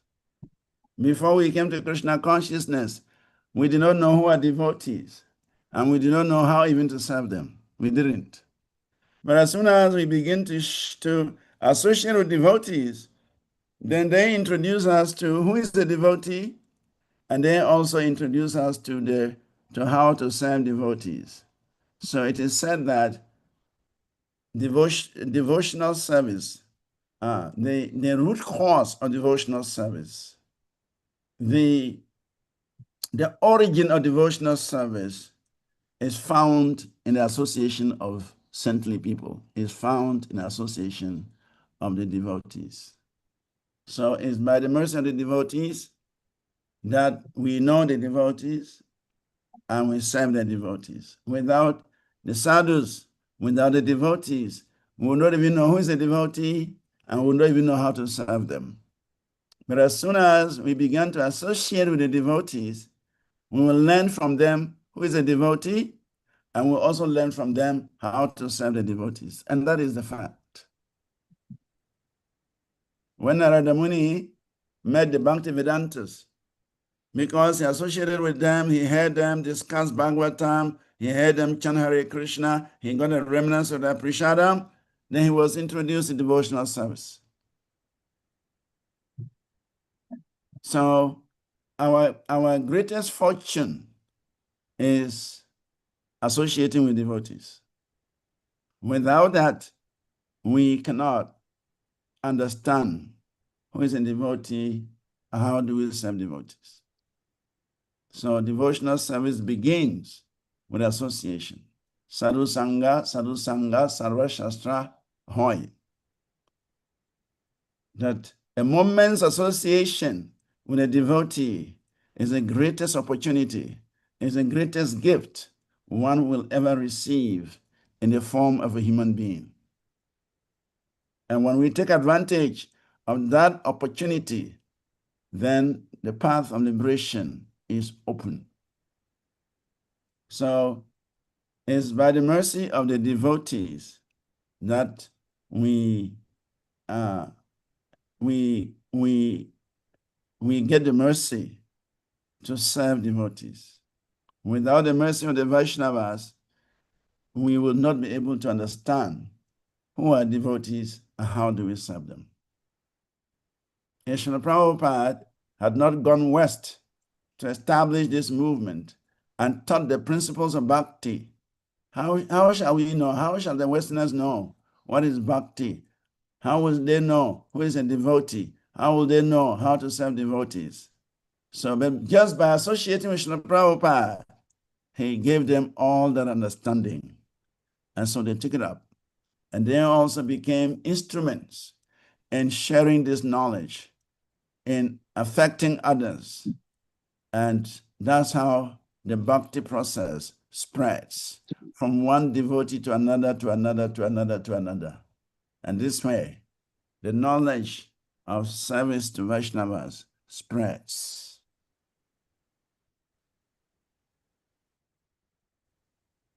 I don't know, have I answered your question? Yes, Maharaj. Yes, the question is answered. Thank you very, very much. But sometimes, because some of us are still in the conditional state of mind, we intend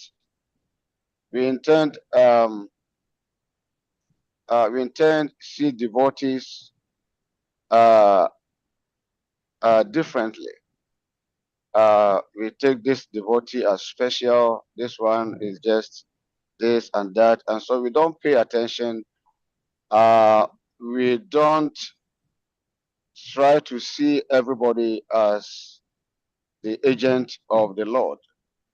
And so with this kind of mentality, we may not be able to please these devotees. And since that is um, the gateway for attaining the Supreme Personality of Godhead, and we don't have such level of consciousness about all devotees, then how do we please them? Even though we are hearing that, yes, we have to hear first to serve devotees. But when it comes to the practical service to these devotees, our intentions sometimes are different. So how do we have this level of consciousness to see all devotees as the agents of the Lord, and therefore we serve everyone equally? Thank you. How do we develop this mentality? Yes, I just narrated one story about Kalidas. Kalidas is the uncle of Raghunadas Goswami. He was a very exalted Vaishnava. And his style of service, his style of activity was to just glorify all Vaishnavas and serve all Vaishnavas. He did not discriminate. This is a superior Vaishnava, this is a less superior Vaishnava. Kalidas did not differentiate. Even Jadu Thakur, who considered himself as a Sudra, he was coming from a Sudra background, even though he was also a Vaishnava. But Kalidas did not consider that. He went to Jadu Thakur to ask for his blessings. And Jadu Thakur said, no, water does not flow uphill. Water flows downhill. You are a superior Vaishnava, so you should bless me. How can you come to a low-class Vaishnava like me and be asking for blessings? But Kalidas said, you are a very exalted Vaishnava. I can see. And therefore, my duty is to serve you, is to glorify you. So, the right mindset is not to differentiate. The right mindset is to see everybody as devotee. Actually, in our own assessment, it's difficult for us to know who is advancing and who is not advancing. It's very difficult. Sometimes our assessments are not right. Sometimes we may see somebody we think is not very advanced, but is really advanced. And sometimes we may put somebody up there, but the fellow has his own problems that he's struggling with. So in our limited way of assessing things, sometimes we don't really do justice. So therefore, the scripture says, just be in the mood of service. Any Vaishnav you meet, try to serve him, try to glorify him, because we don't know who is very dear to Krishna and who is not. We don't know who is actually on the Bhava platform and who is not. It's very difficult. Except very advanced devotees, they can tell. They can tell. So the best way out, the safest way out is not to categorize devotees. The safest way is any person you meet as a devotee, you just try to serve him to the best of your ability, because you don't know his level. You don't know where he actually belongs. So you just serve him. So Kalidas, he was in that mood. He would visit all the householders in his community with prashadam, with gifts. He would take blessings from them. He would take the dust from their feet and put it in his head. That was his mood. And because he did like that, Lord Chaitanya, being the Antaryami, the super soul, he understood Kalidas's activities. So therefore, when Kalidas came to Puri, Lord Chaitanya allowed him to drink the water that washed his lotus feet, 3 handfuls, which he never allowed anybody to touch. But he allowed Kalidas because Kalidas was an example of Vaishnav Shreya. He was very dear to the Vaishnavas. He was very serviceable to the Vaishnavas. He honored every Vaishnava. He never discriminated against any Vaishnava. And Lord Chaitanya was so pleased with him. So he allowed him to drink the water that washed his lotus feet 3 times. So it is better not to discriminate. Any person who is a devotee, we should try to serve him. Sometimes we may come across advanced devotees who will serve them. Even if we don't come across advanced devotees, our mood should be service, because we don't know who is very dear to Krishna and who is not. It's very difficult. Only Krishna can tell who is very dear to him. So the safest way is to always be in the service mood. That is what I will say. Different people may have different opinions, but for me, I think the best way forward is never discriminate, just serve like Kalidas, and Lord Chaitanya will reciprocate with you. Thank you very much. Thank you. Hare Thank Krishna, you. Hare Krishna. Hare Krishna. I think Hare Chakra Prabhu's hand is up. Yeah, Harichakra Prabhu, please, you may unmute. Hare Krishna. Hare Krishna Prabhuji. Yeah, Dandava Pranam. All glories to glories to Gurudev, all Gurudev, glories to Krishna Prabhupada, Prabhupada. and all glories to you. All glories to And you all too. glories to the Assembly of Devotees. Hare Krishna. Yeah, Hare Krishna. my question is a follow-up question, but before then, I wanted to give a little bit comment on the answer you gave to what is his name about the origin of the soul. Okay, Madhuvan Prabhu. Hamadu Vampa. Yeah. Yeah, we also realize that even biblically in the Bible, Jesus also described the origin of the soul. Okay. And he didn't, and when he was describing how the soul fell down, Mm. he didn't say the soul committed any offense. Okay. Yeah, and that is the story of the prodigal son. Mm. He said the son approached the father and Okay. told the father that I just want to be on my own. Mm.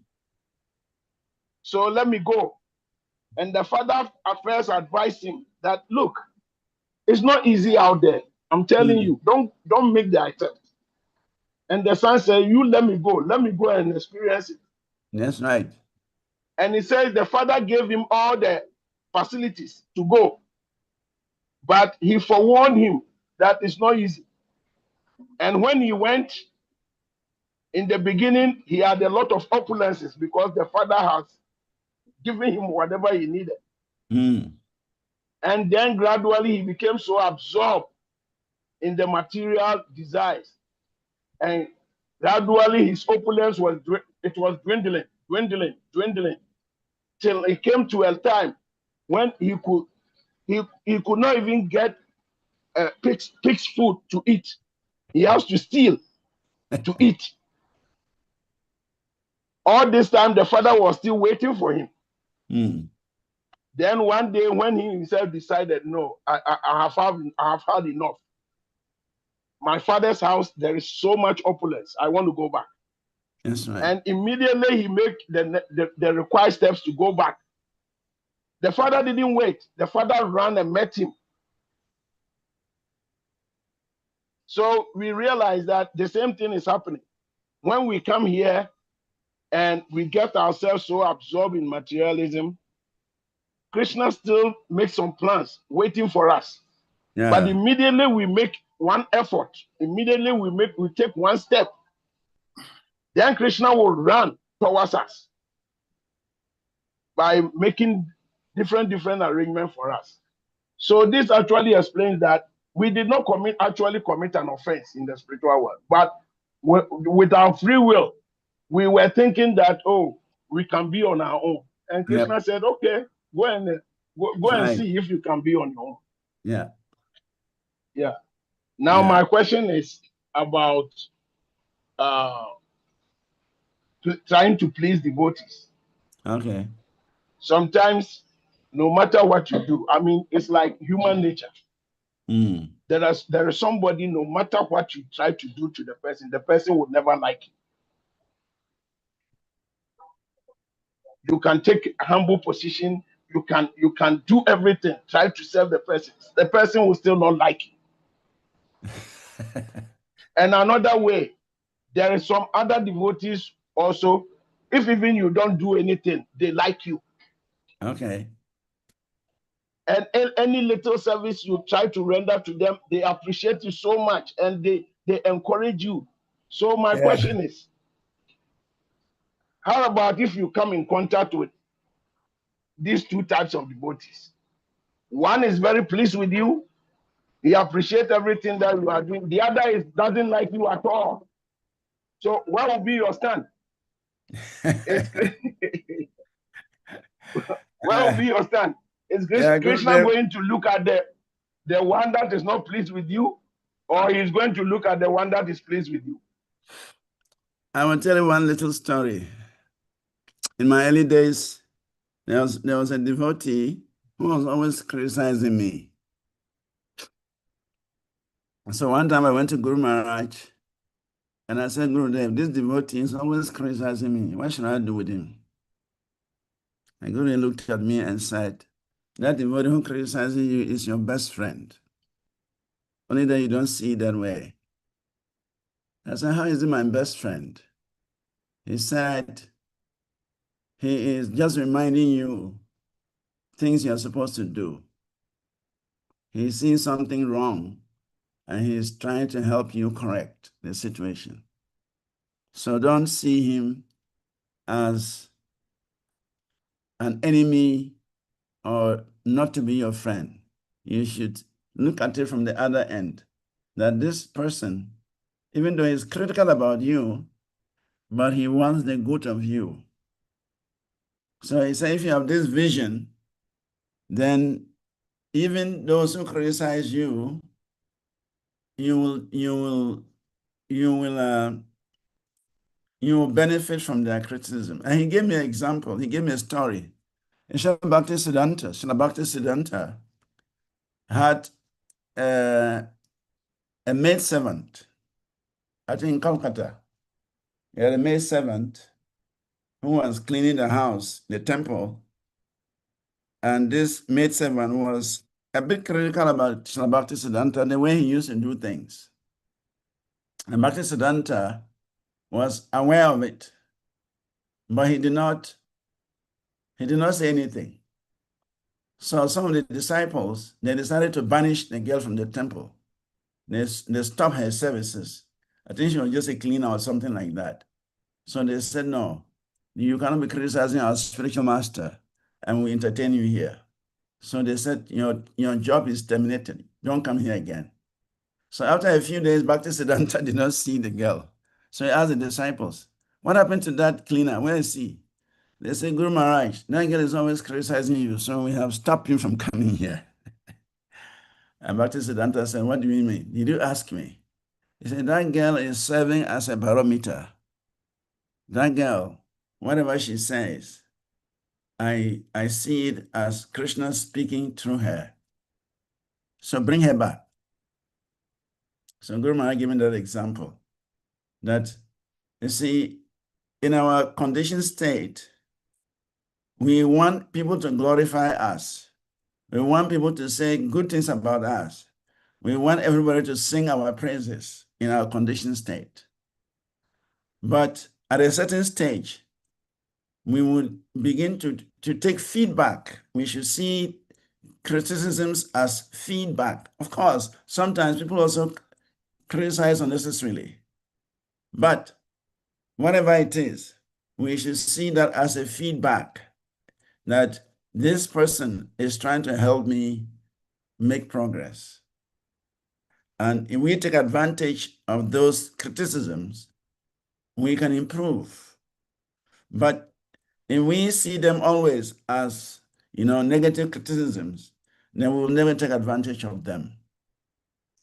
So the devotee who is kind of always against us, always criticizing us, always saying some nasty things about us, we can pick some lessons from them, and we can improve our spiritual life by their statements. And so in that way, they are actually our well-wishers, even though they may even have a malicious intention. But we can always turn negative things into positive things, and positive things into more positive things. Gurudev have said like that. So when we find ourselves in a situation where we have those criticizing us and those praising us, well, those who are praising us, they are friendly, but sometimes when you overpraise somebody also, what happens is that you may give him a false impression that he is such an exalted Vaishnava, he is such a great personality, and the fellow may not perform because he's thinking, oh, I've been glorified, so I'm already there. So he might not come up to that standard. But the person who criticizes us, we can listen and pick some things from what he's saying and see how we can improve our spiritual situation. So it's a matter of choice. We can always take advantage of criticisms to improve, and we can also take advantage of people who glorify us to improve. Like Lord Chaitanya, if you glorify Lord Chaitanya, he'll block his ears. Anytime people say you're the Supreme Personality of Godhead, Lord Chaitanya will block its ears. He doesn't want to hear. When they say Lord Chaitanya, you're a great personality, he'll block his ears. He doesn't want to hear. Like that. So we have to understand that Krishna is bringing different characters, different personalities into our association for our improvement. Even those who are criticizing us, those who are saying bad things about us, we can still gain some positive feedback from them. and we can make advancement. Of course, it's difficult. It's not as easy. It's said easily said than done. It's not as easy as it is said. But if we can always try to see what can we glean from people who criticize us, what can we learn, what can we take out from their criticism and improve our spiritual life, we can turn their negative attitude into something positive. But it's not a very easy practice. It's difficult. I accept totally that it's very difficult. But if we can do it, it will help us. That is what I can say. Yeah, thank you, Prabhu. Thank you very much. That aspect of it, I perfectly understand. Yeah. But I'm coming from another angle. Okay. The angle I'm coming from is that we always hear people saying that if you don't please the devotees, Krishna will never be pleased. That is true. Okay.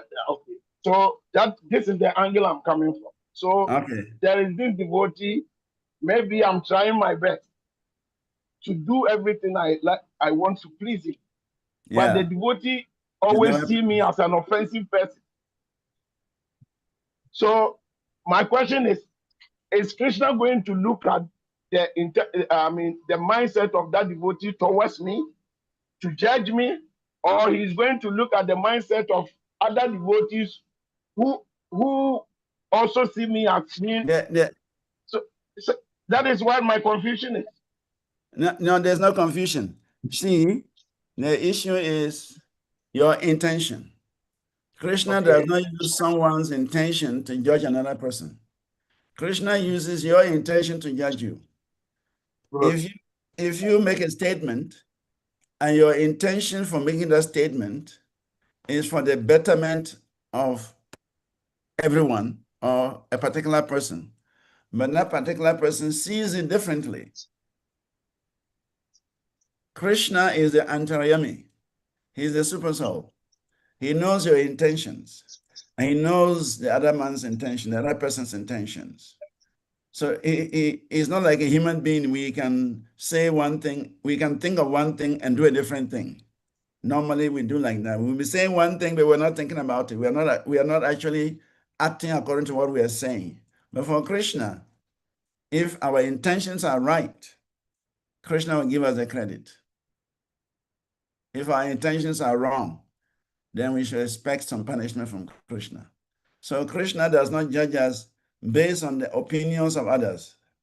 I often say that we may judge somebody by our perception. That is not Krishna's judgment. We may even send somebody to hell by our perception, but Krishna will take the person back home, back to Godhead.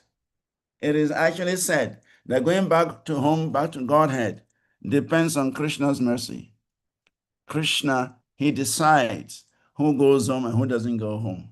Despite our efforts to chant, to practice Krishna consciousness, that also is a way of indicating to Krishna that we want to get out by our practices. But ultimately, our going back home, back to Godhead, our liberation from this material world, it depends on Krishna's mercy. And Krishna will give that mercy, not based on how people are judging you, not based on how people are perceiving you, not based on what people want about you. No, Krishna will judge you on your own merit, how you are practicing Krishna consciousness, how you are executing your devotional service.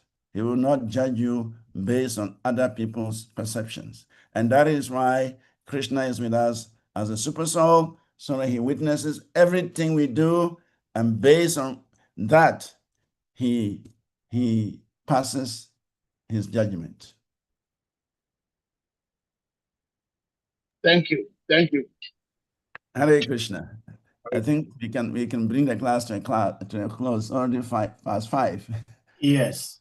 Yeah. Thank you so much, Prabhuji, thank you so much, dear devotees.